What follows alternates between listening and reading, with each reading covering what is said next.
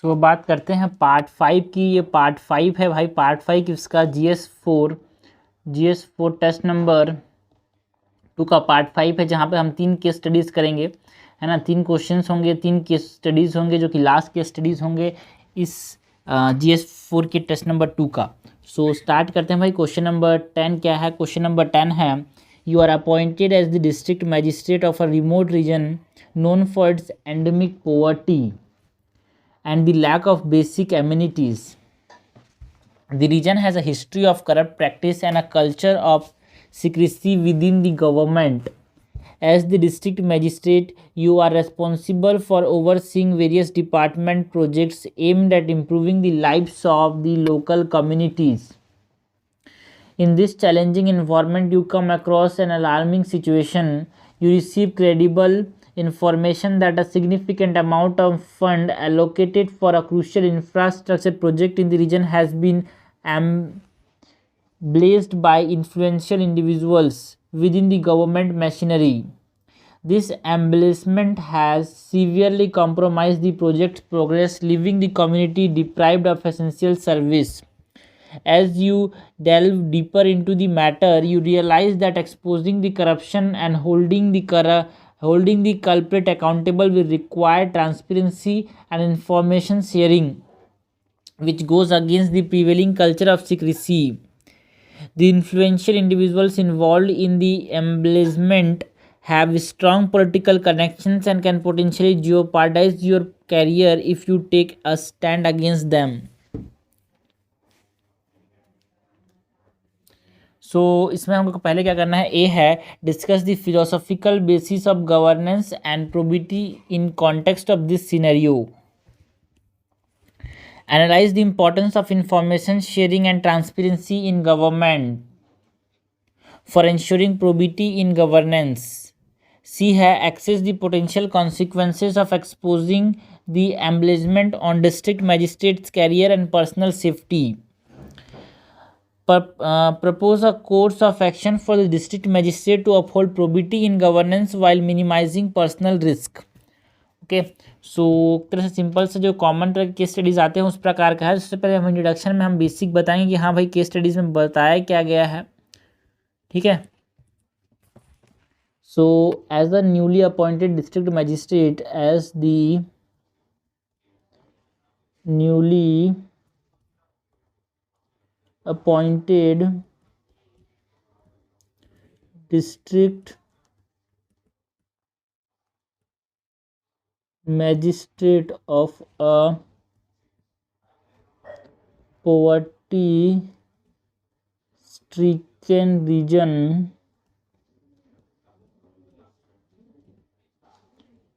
plagued by corruption and a culture of secrecy.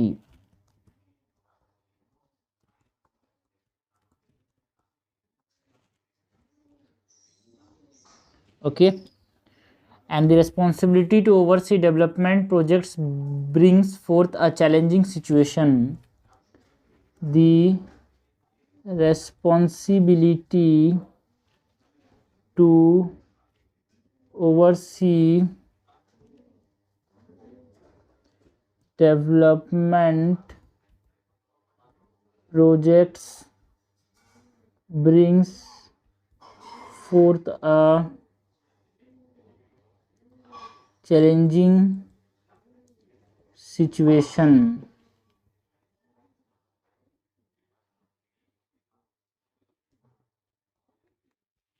एक तरह से ब्रीफ में हमने इंट्रोडक्शन दिया है.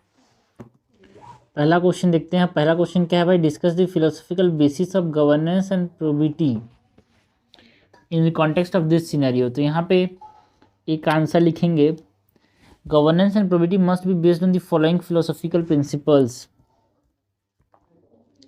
In this context governance and probity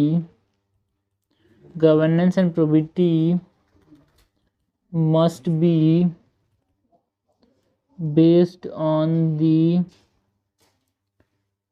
following philosophical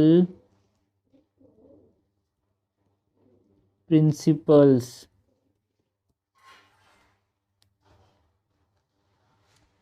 पहले तो यूटिलिटेरियनिज्म पे ये बेस्ड होना चाहिए। यूटिलिटेरियनिज्म कैसे, जो गवर्नमेंट पॉलिसीज ऐसे बनाने हैं, हमको ऐसे इम्प्लीमेंट करना है, should be implemented in such a way that they have a positive impact on the society as a whole. Okay.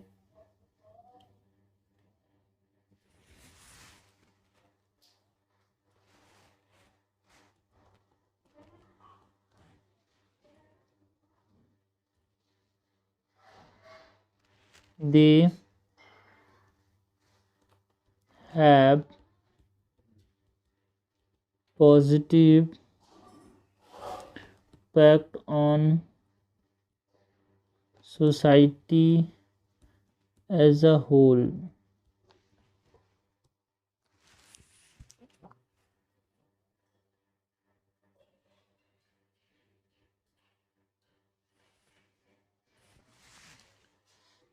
उसके बाद यूटिलिटेरियनिज्म के बाद जो प्रिंसिपल्स यहाँ पे यूज होंगे वो होंगे डेमोक्रेटिक प्रिंसिपल्स।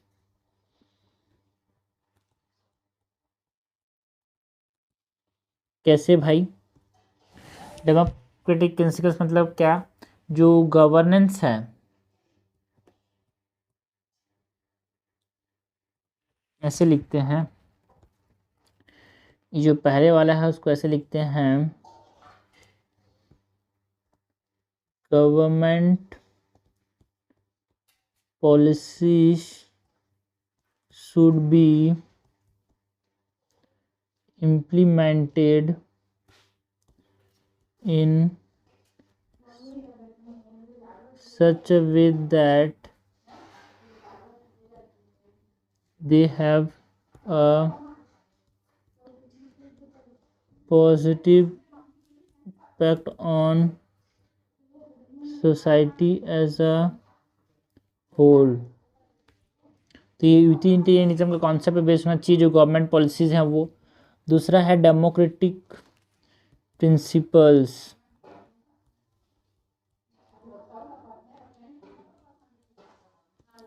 डेमोक्रेटिक प्रिंसिपल्स है मतलब जो गवर्नेंस है should be based on the values of transparency, accountability and upholding the rule of law.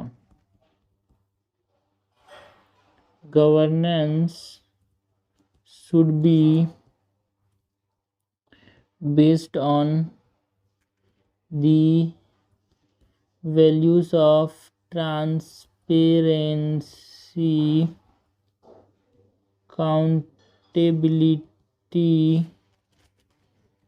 and upholding the rule of law।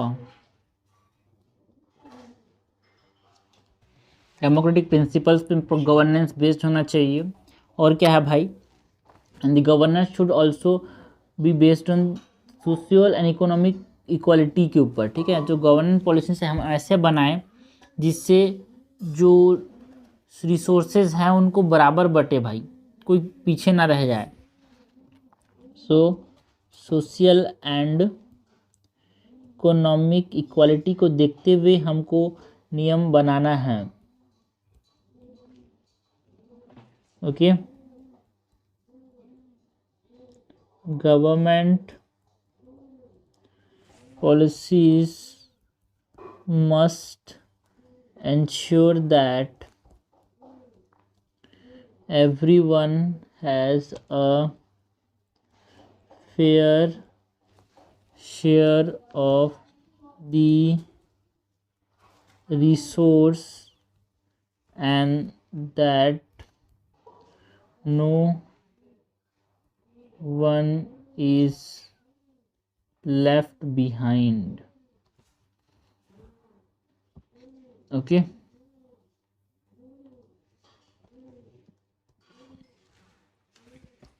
और जो गवर्नेंस है वो मॉरल कैरेक्टर्स पे बेस्ड होना चाहिए, जैसे कि जो पब्लिक सर्वेंट है भाई, है ना, वो हमेशा एक तरह से काम करना चाहिए to maintain integrity, openness, selflessness and honesty.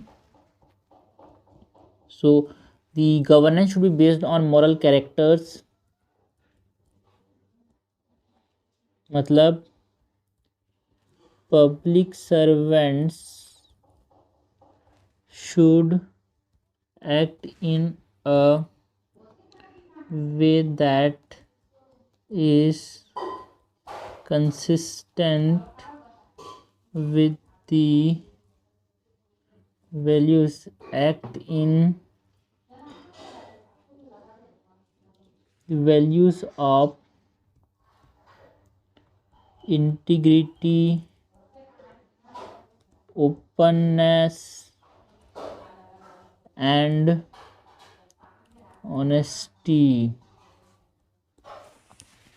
उसके बाद ये तो ए हो गया. Now second is importance of information sharing and transparency. क्या है भाई, है ना. Importance of what, importance of information sharing and transparency in government.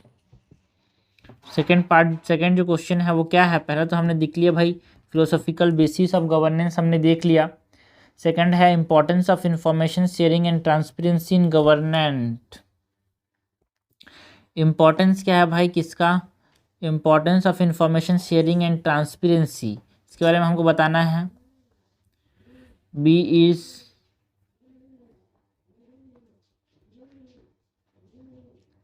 Importance of information sharing and transparency in a government. क्या क्या इम्पोर्टेंस है भाई. जब ट्रांसपेरेंसी रहता है सो ट्रस्ट बनता है, अकाउंटेबिलिटी आता है एंड इन्फॉर्म डिसीजन लेने में बहुत ज़्यादा सहायता मिलती है. Transparency in a government is crucial for fostering trust,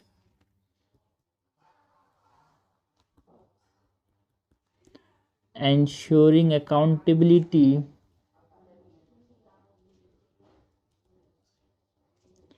and fostering trust, ensuring accountability and making informed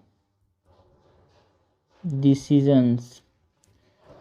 और क्या है भाई, जब हमारे पास ट्रांसपेरेंसी हम मेंटेन करते हैं, इंफॉर्मेशन शेयरिंग करते हैं तो क्या होता है भाई, जो ऑफिशियल्स हैं दे बिकम, मतलब थ्रू इंफॉर्मेशन शेयरिंग से क्या होगा, through information sharing citizens can hold officials accountable and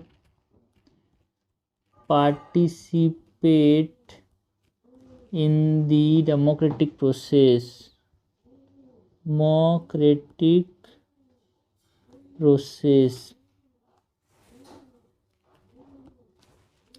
और क्या होगा भाई इंफॉर्मेशन शेयरिंग से. एग्जाम्पल के तौर पे जो हमने राइट टू इंफॉर्मेशन एक्ट लाया था, it highlights that Indian government commitment to openness, है ना, allowing citizen to access government records and promote transparency.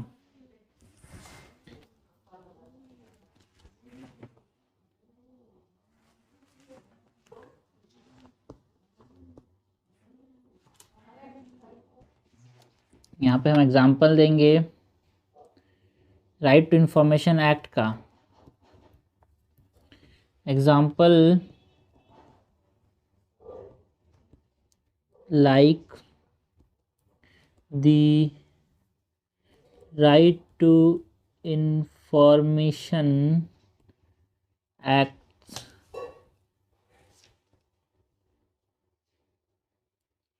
highlight the Indian government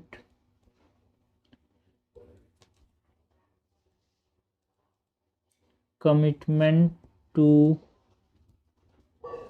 openness.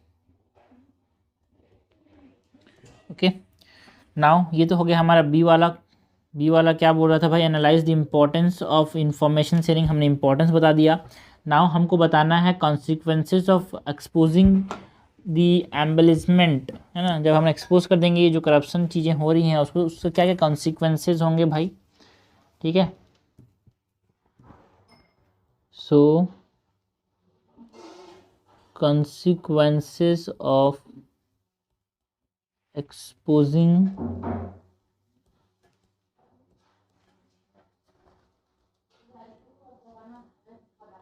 embellishment on the DM, that is district magistrate। तो जब expose कर देगा such corruption can lead to the potential career risk and personal safety concern. Exposing such corruption can lead to potential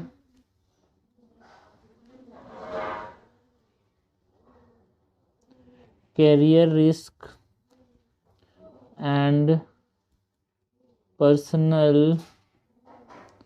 safety concerns।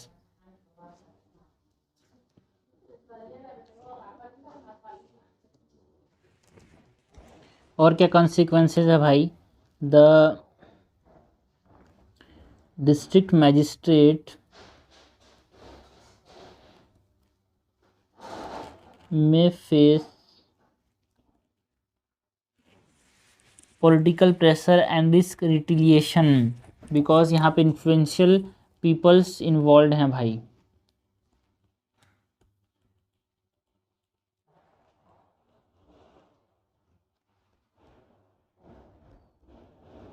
Risk of टेलिएशन।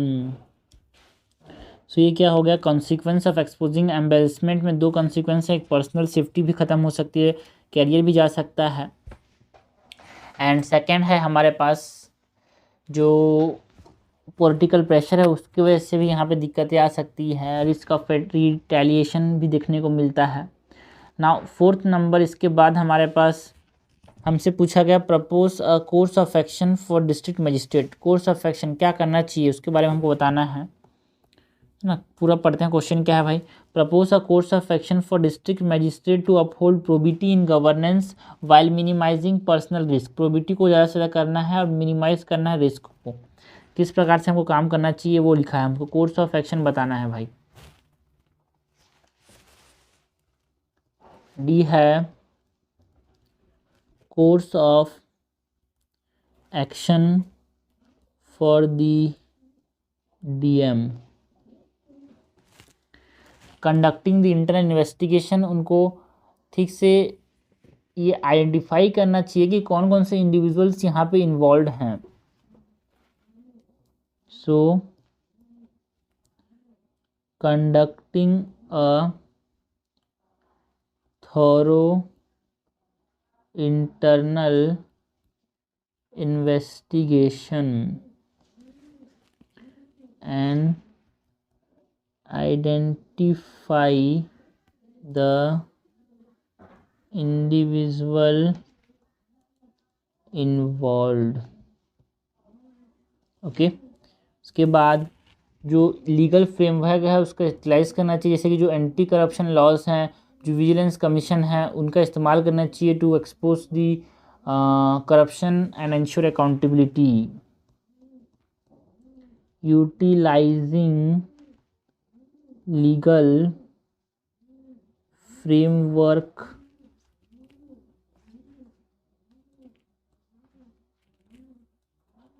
such as anti-corruption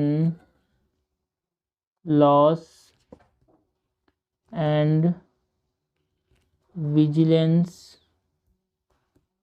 commission, है ना, to expose corruption and ensure accountability।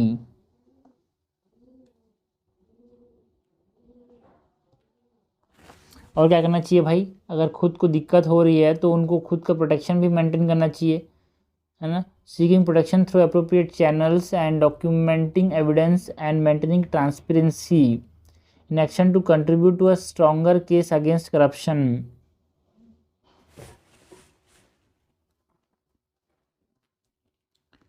Seeking protection through appropriate channels,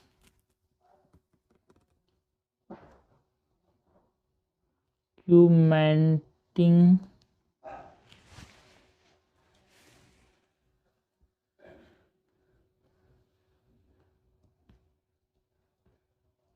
evidence,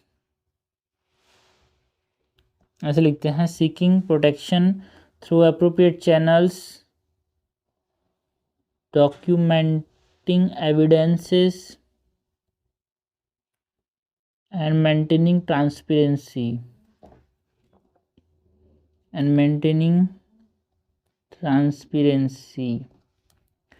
उसके बाद ये तो हमारे पास course of action है। Last में हम अलायंस बना सकते हैं विथ ऑनेस्ट, है ना, सीकिंग प्रोटेक्शन एंड इसके साथ लिख देते हैं building alliance with honest official civil society organisation to protect against potential reprisals. ठीक है, seeking protection and building alliance यहाँ पे लिए देते हैं इसको, seeking protection and building alliances with honest officials, civil society organization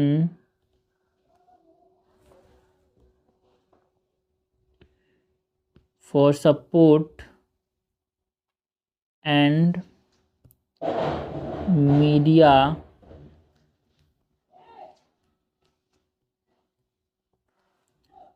okay to protect against potential risk, to protect against potential or reprisal.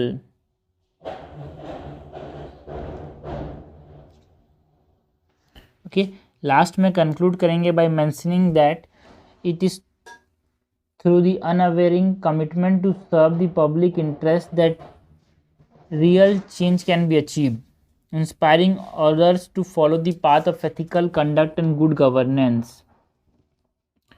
It is through the unwavering commitment to serve the public interest that real change can be achieved, inspiring others to follow the path of ethical conduct and good governance.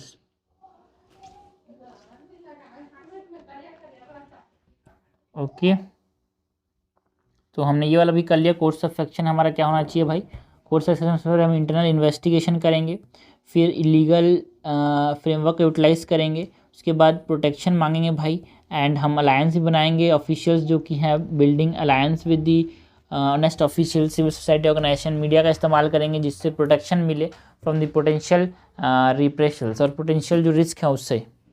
सो ये हो गया हमारे पास case study number 1। आगे बढ़ते हैं, question number 11 देखते हैं। Question number 11 क्या है, once pristine hilly area in northern India has experienced a surge in tourism leading to economic growth and improved socio-economic indicators. However, the rapid influx of tourism has also resulted in environmental degradation. Before the rise in tourism, the region struggled with economic or socio-economic challenges, including limited job opportunities, low income levels.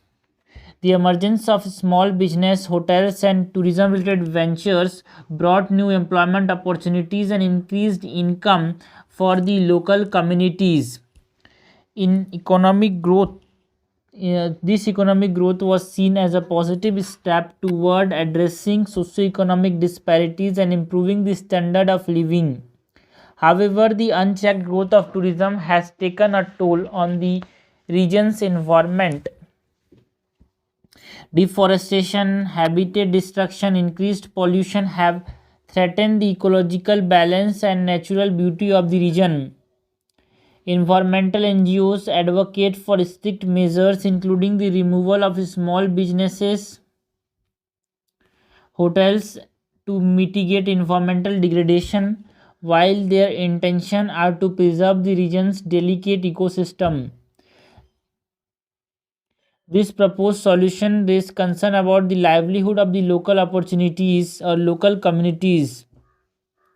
Removing small business and hotels could result in job losses, economic instability, and economic instability for the resident who heavily rely on tourism related activities. A है identify the stakeholder and assess the challenges they face in above case. Stakeholders को बताना है and वो क्या क्या challenges face कर रहे हैं उसको बताना है. B what conflicting values and principles are presented, हमको बताना है कि कॉन्फ्लिक्टिंग वैल्यूज़ एंड प्रिंसिपल्स कौन कौन से हैं यहाँ पे. C propose alternative strategies to strike a balance between environmental conservation and preservation of livelihood of the local community. Okay, propose alternative strategies to strike a balance between environmental conservation, balance between environmental conservation and preservation of the livelihood of the local communities. ये तीन हमारे पास questions हैं, इनका हमको answer देना है. तो सबसे पहले हम इंट्रोड्यूस करेंगे, ब्रीफ में बताएंगे केस स्टडी है क्या. So in the given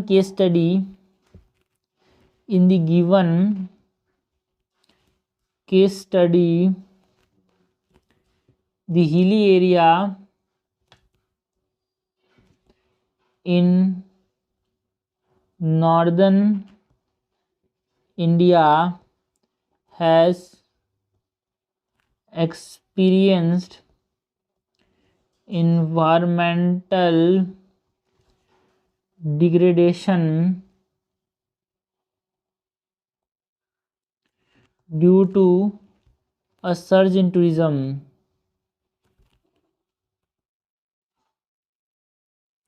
environmental degradation experience करा due to the tourism.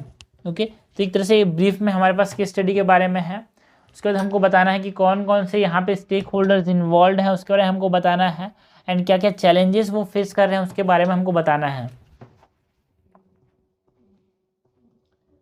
The stakeholders and their challenges.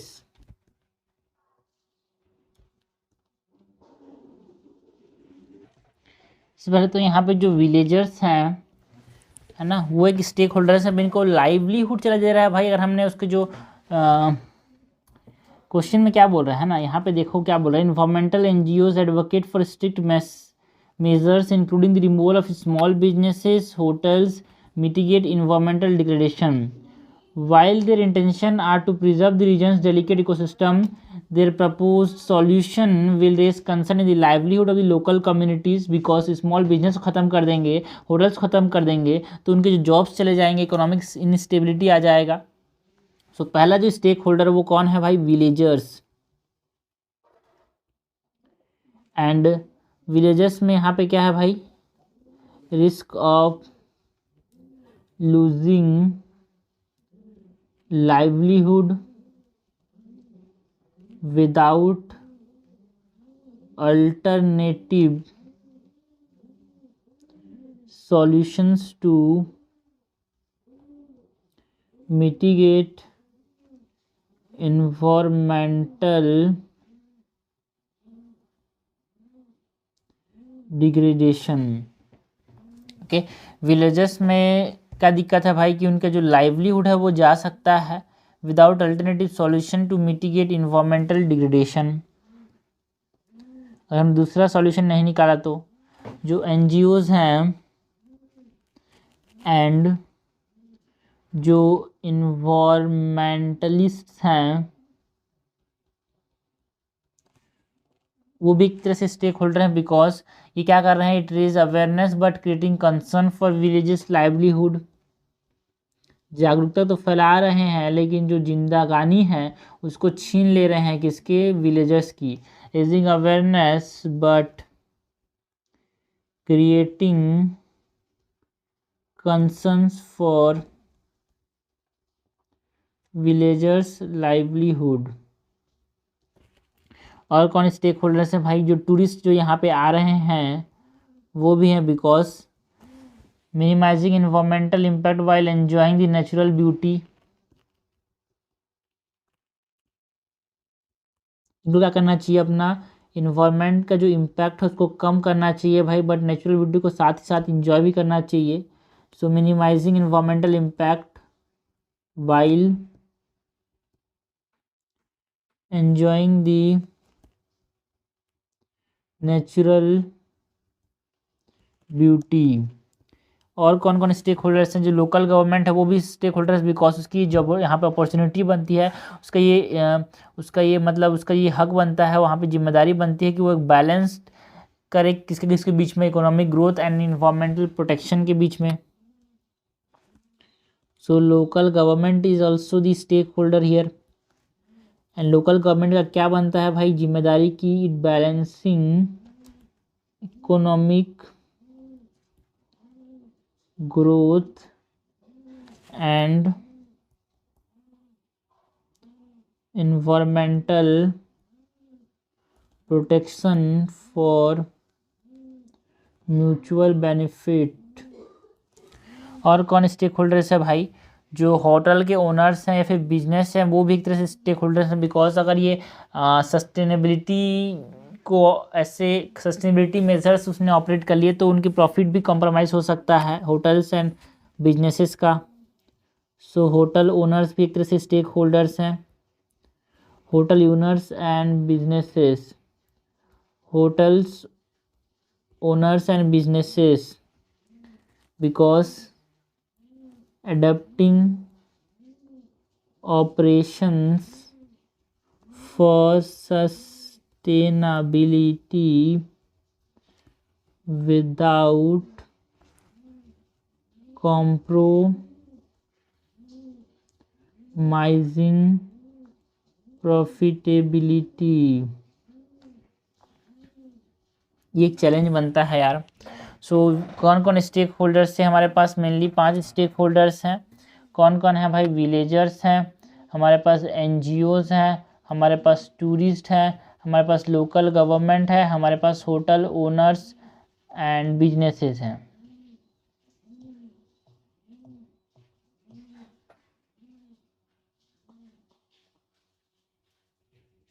उसके बाद हमसे क्वेश्चन नंबर 2 क्या पूछ रहा है, फर्स्ट हमने हो गया स्टेक होल्डर्स बता दिए, उनके चैलेंजेस बता दिए। बी पूछ रहे हैं हमसे, what conflicting values and principles are presented here. कौन कौन से कन्फ्लिक्टिंग वैल्यूज़ या फिर प्रिंसिपल्स यहाँ पे हैं उसके बारे में हमको बताना है। Okay, so B is conflicting values and principles क्या क्या है यहाँ पे।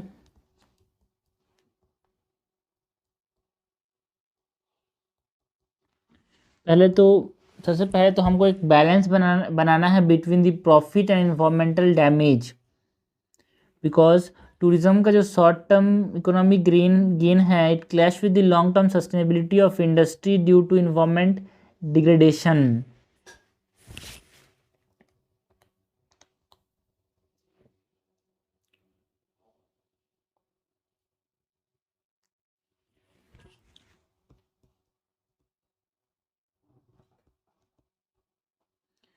striking a balance between tourism short term economic gains and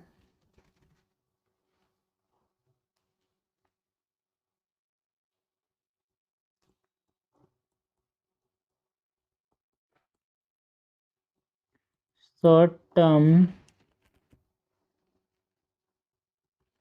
economic gain and long term sustainability of, ऐसे लिखते हैं इसको,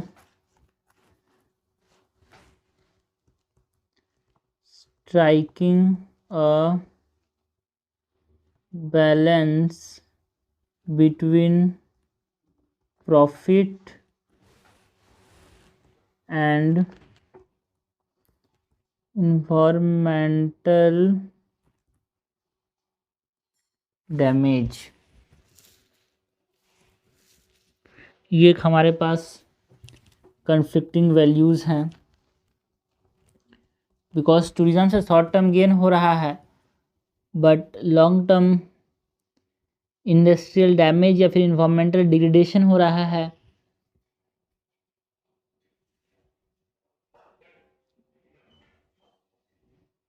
okay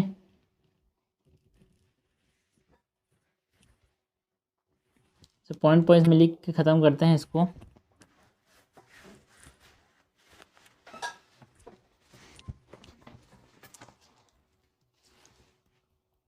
balance between the profit and environmental damage. कैसे भाई? जो शॉर्ट टर्म इकोनॉमिक गेन्स है टूरिज़्म की वजह से, टूरिज़्म का जो शॉर्ट टर्म इकोनॉमिक गेन है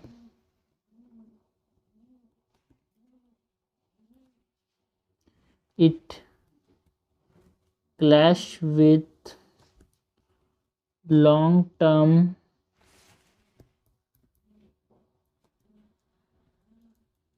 sustainability of the industry।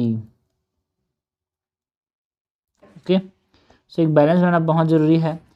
दूसरा जो कन्फ्लिक्टिंग वैल्यूज़ एंड प्रिंसिपल्स हैं यहाँ पे वो है cultural commodification and loss of authenticity. Cultural commodification, cultural commodification and loss of authenticity. वो कैसे भाई? कल्चरल कोमोडिफिकेशन कैसे हो रहा है? बिकॉज जो लोकल कल्चर का कमर्शलाइजेशन तो हो रहा है ना। लोकल कल्चर का जो कमर्शलाइजेशन हो रहा है it conflicts with the preservation and respect of the indigenous tradition. अगर कमोडिफिकेशन हो गया तो उसको कौन उसको करेगा भाई? सो कौन देख रेख करेगा? So the commercialisation of local culture conflict with the preservation of, okay, conflict with respect for indigenous tradition. तो ये एक हमारे पास कन्फ्लिक्टिंग वैल्यूज़ एंड प्रिंसिपल्स है। एक और है बिकॉज टूरिज़्म से ओवर क्राउडिंग हो रहा है भाई, एंड ओवर क्राउडिंग से क्या हो रहा है? इम्पैक्ट हो रहा है नेगेटिवली, जो इंफ्रास्ट्रक्चर है, इन्वायरमेंट है, रेसिडेंट का जो वहाँ रहते हैं उनकी क्वालिटी ऑफ लाइफ अफेक्ट हो रही है यार। सो टूरिज़्म को प्रमोट करना एक तरफ है एंड ओवर क्राउडिंग एक तरफ है।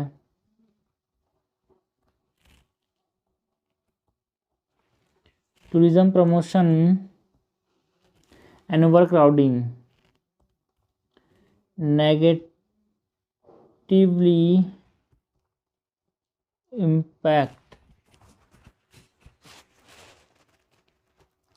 एक तरफ है हमारे पास, है ना, efforts to attract more tourist, और एक तरफ है to manage the negative impact of over crowding on infrastructure, environment and resident quality of life.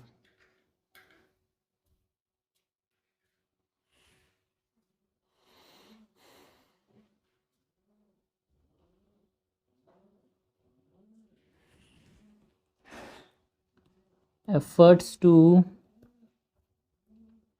attract more tourist create difficulties in managing the negative impact of overcrowding। और क्या है भाई, disruption हो रहा है लोकल लाइवलीहुड का, because tourism से economic opportunities तो आ रहा है, बट इन्वायरमेंटल इफेक्ट से जैसे कि पॉल्यूशन हो रहा है, वाटर स्केर्सिटी हो रहा है, it harms the local communities. So ये भी एक तरह से जो वैल्यूज़ हैं, जो प्रिंसिपल्स हैं, तो दोनों को आपस में कन्फ्लिक्ट हो रहे हैं। So disruption of local livelihoods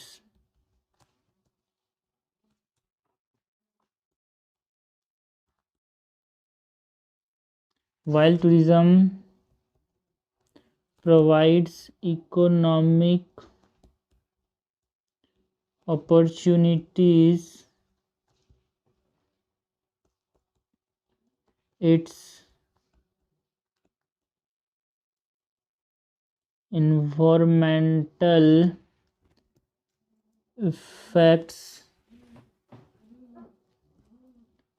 harms the local communities।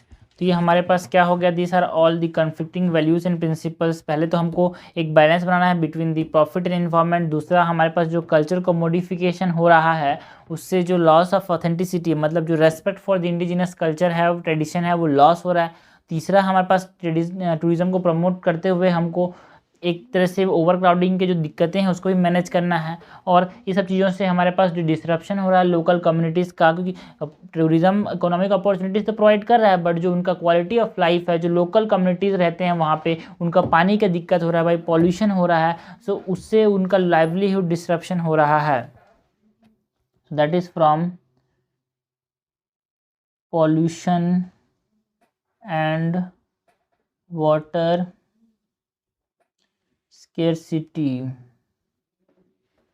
Okay, now हमको क्या बताना है भाई, हमको बताना है कि कैसे, क्वेश्चन नंबर बी तो हो गया है ना, क्वेश्चन नंबर बी हो गया, what conflicting values and principles are presented here, वो हमने देख लिया।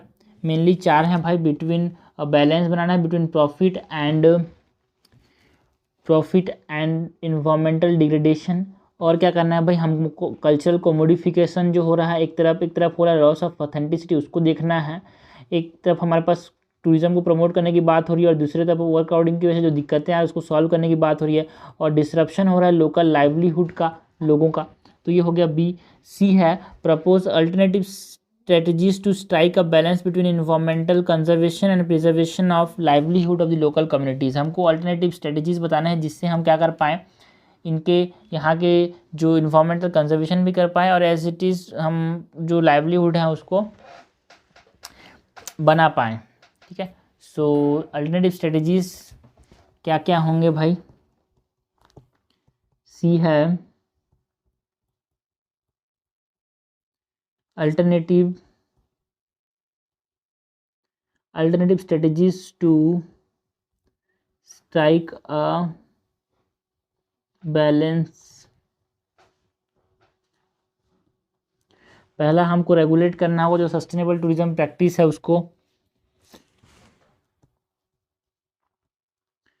रेगुलेटिंग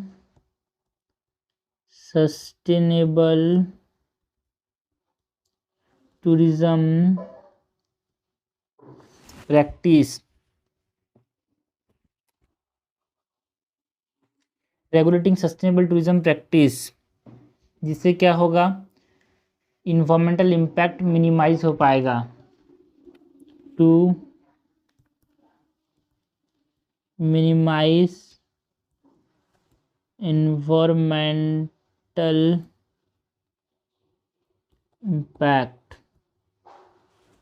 और क्या करना होगा भाई, हमको इको फ्रेंडली अल्टरनेटिव्स प्रोवाइड करने होंगे for livelihood. So promoting eco friendly alternatives for livelihoods, है ना।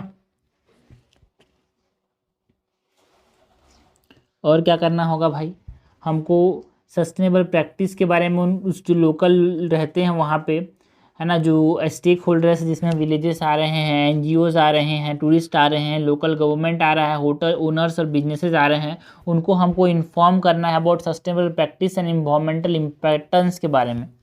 इम्पोर्टेंस नहीं, importance. So informing about sustainable practices and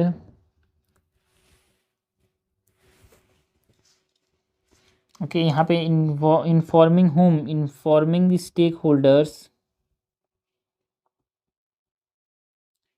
about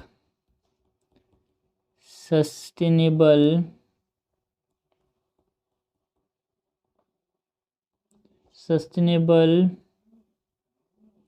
practices and environmental importance।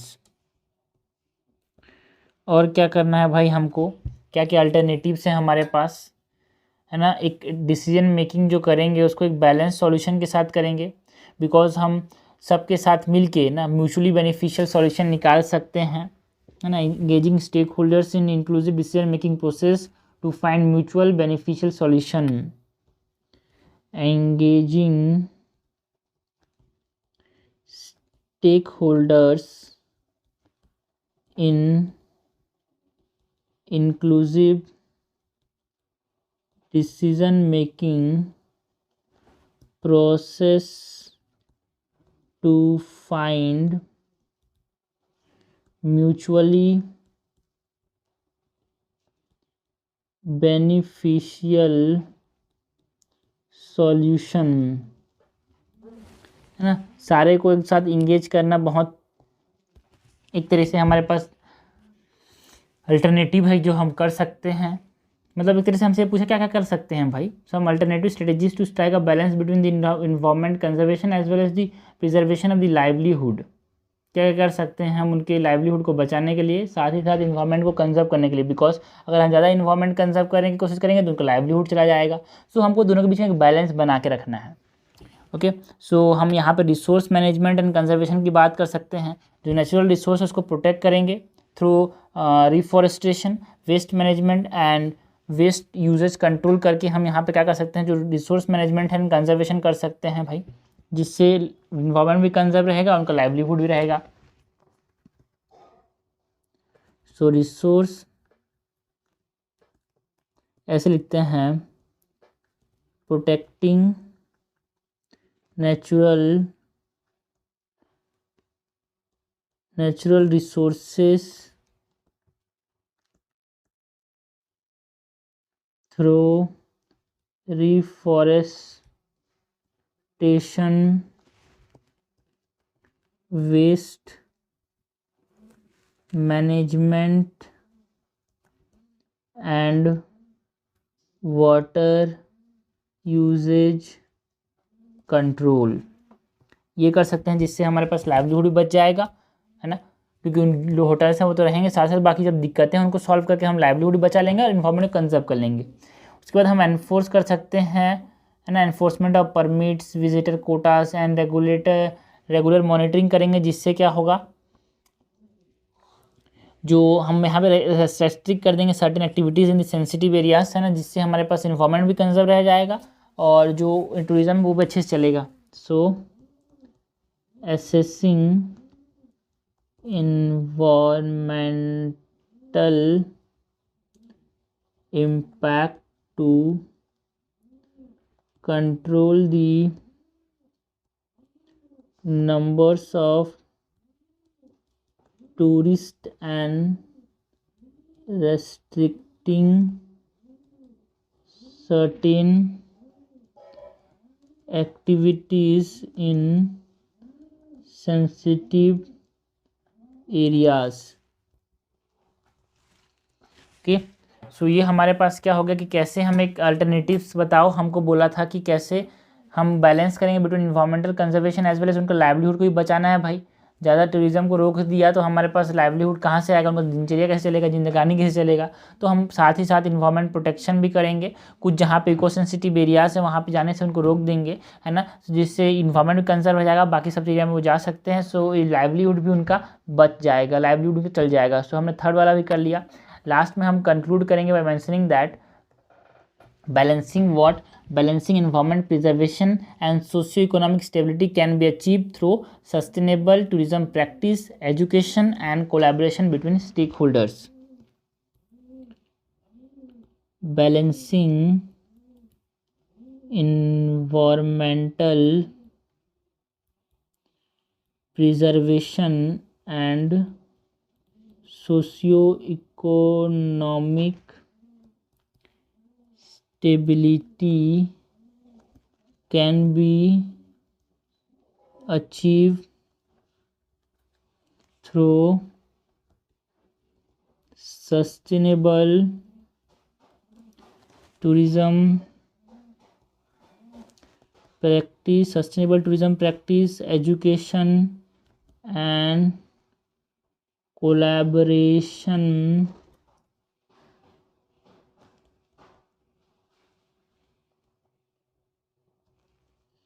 Between stakeholders, education, tourism practice. इससे हम environmental preservation भी कर सकते हैं एंड सोशियोइकोनॉमिक स्टेबिलिटी भी ला सकते हैं। तो इस प्रकार से एक स्टडी खत्म होता है भाई।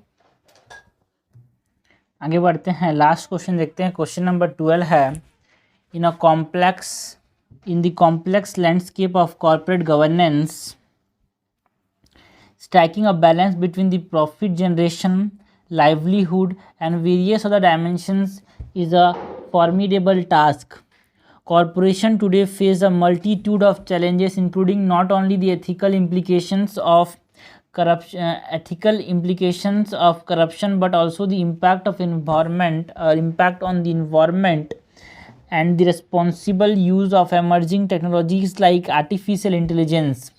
These dilemmas require carefully consideration as companies navigate the fine line between maximizing profits and upholding ethical standards, while also addressing the socio-economic well-being of employees and stakeholders. The pursuit of financial success must be balanced with social responsibilities, ensuring that corporation not only thrives but also contribute positively to society and the livelihood of those they impact. फिर से पढ़ते हैं, in the complex landscape of corporate governance striking a balance between profit generation, livelihood and various other dimension is a formidable task. Corporations today face a multitude of challenges, including not only the ethical implications of corruption, but also the impact on the environment and the responsible use of emerging technologies like artificial intelligence. This dilemma requires careful consideration as companies navigate the fine line between maximizing profits and upholding ethical standards, while also addressing the socio-economic well-being of employees and stakeholders. The pursuit of financial success must be balanced with social responsibilities, ensuring that corporations not only thrive but also contribute positively to society and the livelihood of those they impact. तो case study हो गया। पहला हमसे पूछा गया है, identify some of the potential ethical dilemmas that corporation may encounter when balancing profit generation and the well being of employees and the stakeholders. कौन कौन से एथिकल डायलेमास आएंगे जब ये क्या कर रहे हैं भाई, ध्यान दे रहे हैं किसको, balancing the profit as well as the well being of employees. B है, if you are tasked with creating guideline for corporate governance. दो क्वेश्चन आ गए, हमने पहले भी देखा था कॉर्पोरेट गवर्नेंस के ऊपर, वो केस स्टडी नहीं था, वो कुछ और था, है ना, वो हमारे पास एथिक्स के अंदर हमारे पास था इमोशनल इंटेलिजेंस के पार्ट में, ठीक है। Corporate governance, what core ethical principles and value would you embedded in guideline, हमको बनाना है, ठीक है, गाइडलाइन फॉर कॉर्पोरेट गवर्नेंस, ठीक है। सो स्टार्ट करते हैं भाई। यहाँ से पहले हम इंट्रोड्यूस करेंगे by mentioning about the case study in brief में बताएंगे भाई केस स्टडी है किसके बारे में। So in the dynamic realm of corporate governance, the intricate task of harmonizing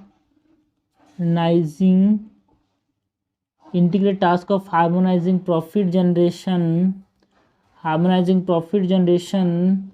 with the well-being of employees and stakeholders, present a myriad of ethical dilemmas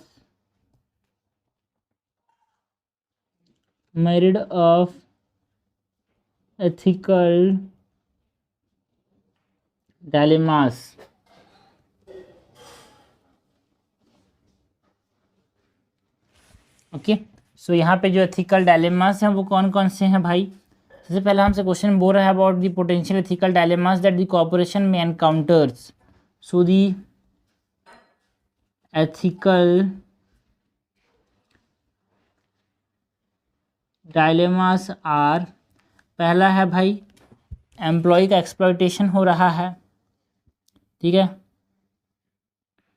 because balancing profit and employee wellbeing challenges corporation who may exploit labor through underpayment and poor working condition, because उसको balance करने के चक्कर में वो क्या कर रहे हैं भाई, एम्प्लॉय को एक्सप्लॉइट कर रहे हैं।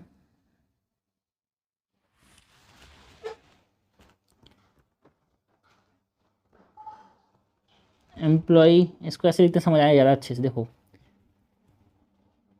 पोटेंशियल एथिकल डायलेमास क्या क्या हो सकते हैं, that the corporation may encounter while balancing profit generation and the well-being of employee, that corporation में एनकाउंटर एम्प्लॉय का एक्सप्लॉयटेशन हो सकता है through underpayment and poor working conditions, employee exploitation through under payment and poor working condition। और क्या क्या चीज़ें हो सकती हैं भाई, इन्वायरमेंटल इम्पैक्ट भी बहुत ख़राब हो सकता है, बिकॉज जो बिजनेस कॉर्पोरेशन है it may face pressure to cut corners causing pollution, deforestation, या फिर नेचुरल रिसोर्स का डिप्लीशन कर सकता है जो कि हार्म करेगा ecosystem and communities.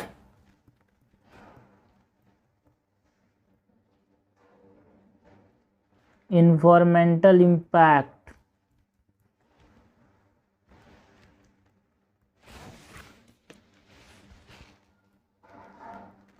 Business corporation may face pressure to cut corners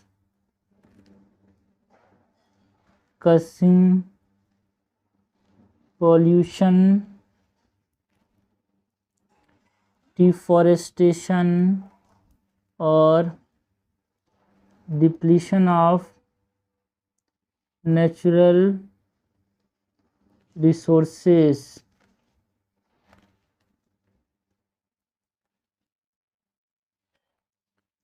तो ये सब चीज़ें हो सकती हैं भाई, अगर हमको बैलेंस करना है प्रॉफिट को और वेलबींग को, तो ये सब दिक्कतें आ सकता है। और क्या हो सकता है भाई, जो प्राइवेसी डाटा सिक्योरिटी की चीज़ें हैं वो उनमें भी दिक्कत आ सकता है, because with the increasing reliance on technology requiring corporation to utilize customer data while protecting individual privacy एक तरह से दिक्कत हो सकता है। Privacy and data security concerns emerge with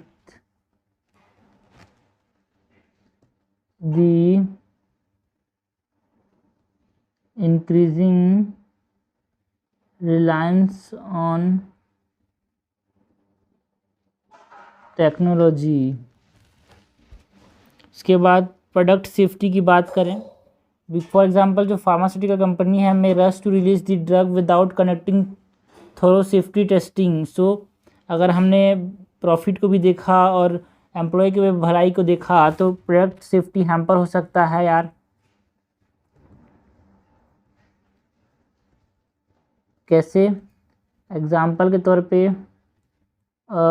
pharmaceutical company में रश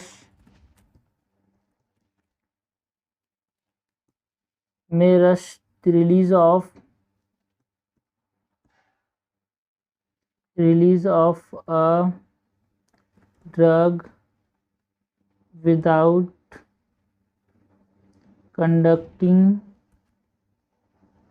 thorough safety testing। और क्या क्या एथिकल डायलेमास आ सकता है? जो ट्रांसपेरेंसी है एंड अकाउंटेबिलिटी है वो चैलेंजिंग हो सकता है, because balancing profit generation with transparency and accountability also become tricky बन सकता है, because company determine the extent of information disclosure to stakeholder while uploading responsibilities and avoiding conflict of interest।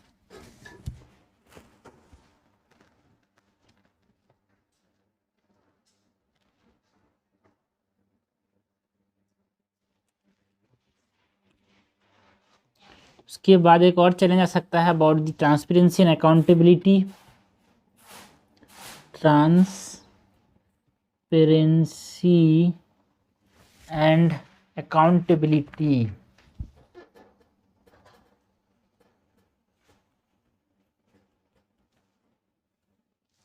Okay, because balancing profit generation with transparency and accountability can also become tricky। Balancing profit generation with transparency and accountability also become tricky as companies determine the extent of information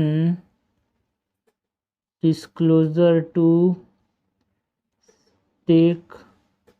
stakeholders while upholding responsibilities and avoiding conflict of interest. Okay, so ये हमारे पास क्या हो गया भाई? These are all the potential ethical dilemmas जिसमें employee exploitation हो सकता है, इन्वायरमेंटल इम्पैक्ट हो सकता है इन दी, है ना, प्रॉफिट मैक्सिमाइज करने के लिए, है ना, प्रोडक्ट का सेफ्टी हो सकता है भाई जल्दी जल्दी में रिलीज कर देगा उसको, है ना, तो जल्दीबाजी हो जाएगा क्योंकि हमको प्रॉफिट को भी मेंटेन रखना है, वेलबींग ऑफ द एम्प्लॉय को देखना है, तो इसके प्रोडक्ट सेफ्टी हैम्पर हो सकती है। ट्रांसपेरेंसी एंड अकाउंटेबिलिटी में दिखा जा सकता है बिकॉज प्रॉफिट के चक्कर में सब चीज़ को डिस्क्लोजर नहीं करेंगे भाई, है ना। तो ये हमारे पास these are all ethical dilemmas. So तो ए नंबर का हो गया, हमने आइडेंटिफाई कर दिया पोटेंशियल एथिकल डायलेमास को। अब हमको बात करनी है अबाउट कौन कौन सी गाइडलाइन हम क्रिएट करेंगे फॉर द कॉर्पोरेट गवर्नेंस। ठीक है, सो बी वाला आंसर लिखते हैं भाई हम। बी क्या है?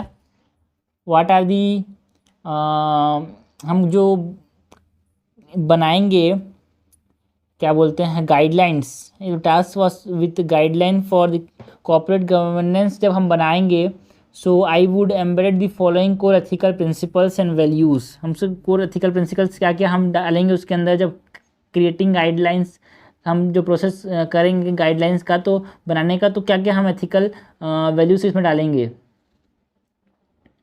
ओके, कोर एथिकल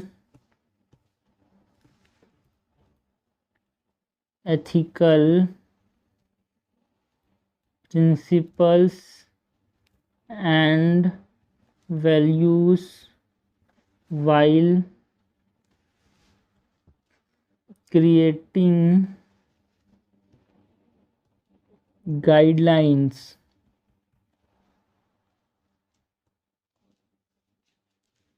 सो हम सबसे पहले तो कौन कौन से एथिकल प्रिंसिपल्स डालेंगे इसमें, हमारे पास इंटीग्रिटी एंड रेस्ट। हम ऐसे गाइडलाइंस बनाएंगे जो कि इनकलकेट करता है इंटीग्रिटी एंड ट्रांसपेरेंसी को। Okay, because uphold integrity, honesty and transparency to build trust and accountability.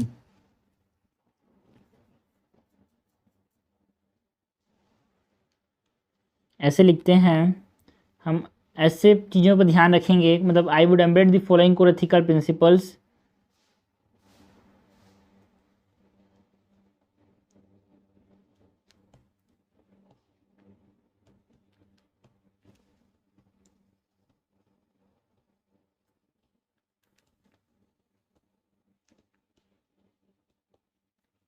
Are uphold integrity, honesty and transparency to build trust and accountability।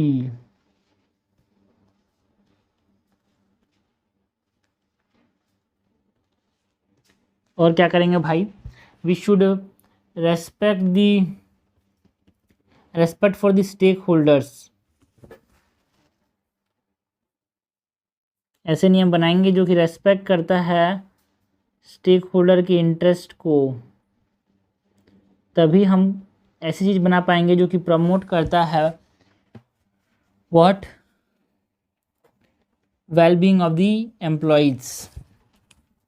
So we should promote fair, ऐसे policies बनाएंगे that should promote fair treatment, respect and consideration for employee, customers and shareholders. और क्या करेंगे भाई, जो environmental stewardship है, मतलब हम ऐसे प्रिंसिपल्स इसके अंदर डालेंगे जो एडवोकेट करते हैं फॉर सस्टेनेबल प्रैक्टिसेस। ऐसे प्रिंसिपल्स डालेंगे जो कि क्या करते हैं, ऐसे एथिकल प्रिंसिपल्स डालेंगे जो क्या करते हैं, मिनिमाइज करते हैं इकोलॉजिकल इम्पैक्ट को एंड प्रिजर्व करते हैं इन्वायरमेंट को।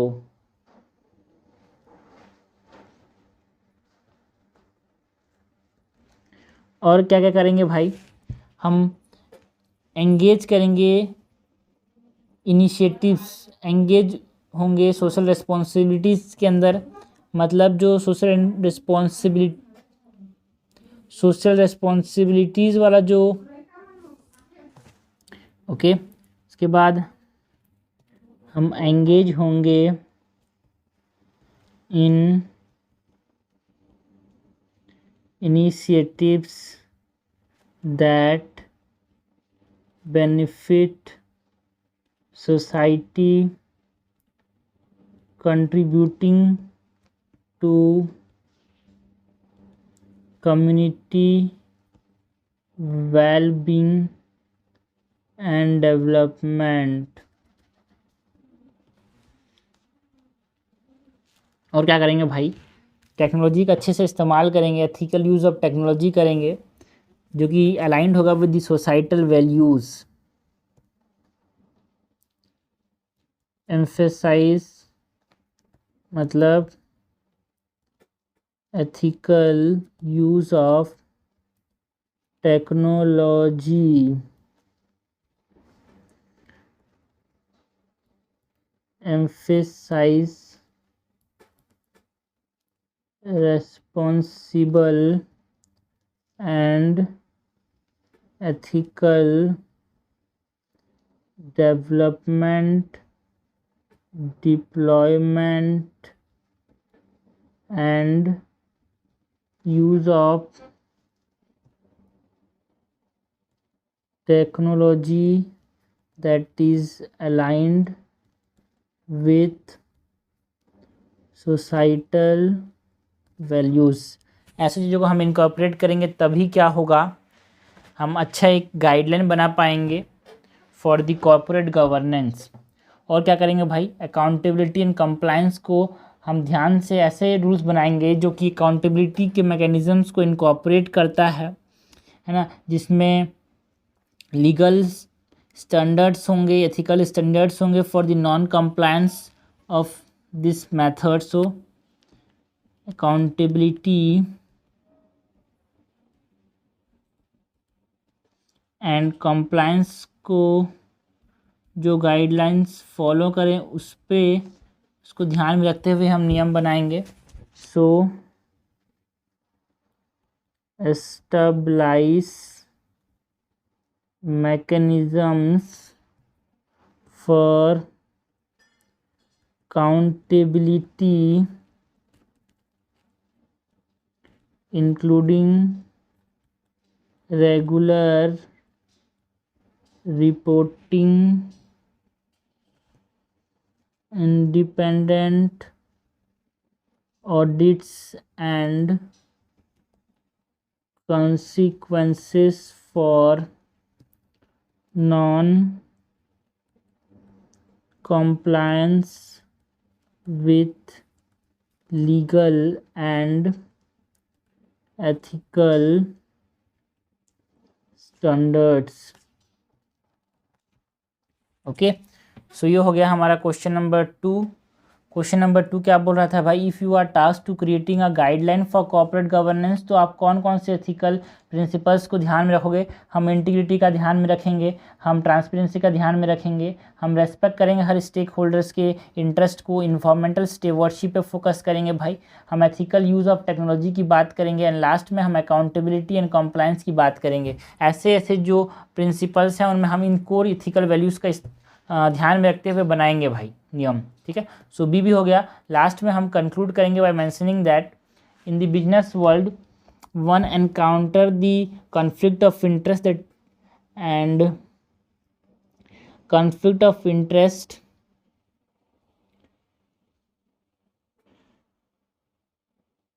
okay that promotes personal interest and the action that's favor interest of other.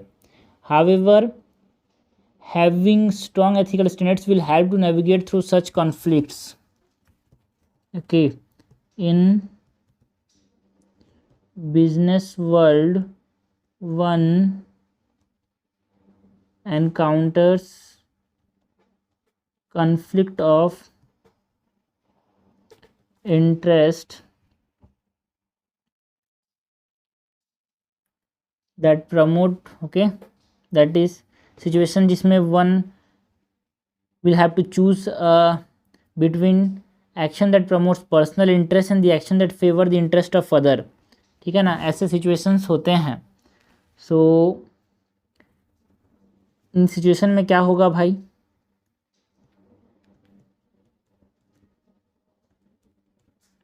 Situation that promotes personal interest and action that favors the interest of other। However, having strong ethical standards will help to navigate through such conflicts.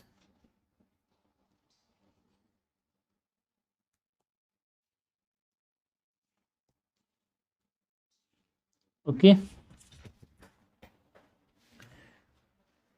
इस प्रकार से हमने इसको conclude कर दिया भाई। तो ये हमने ये हमारा जीएस पेपर 4 का टेस्ट नंबर 2 ख़त्म होता है।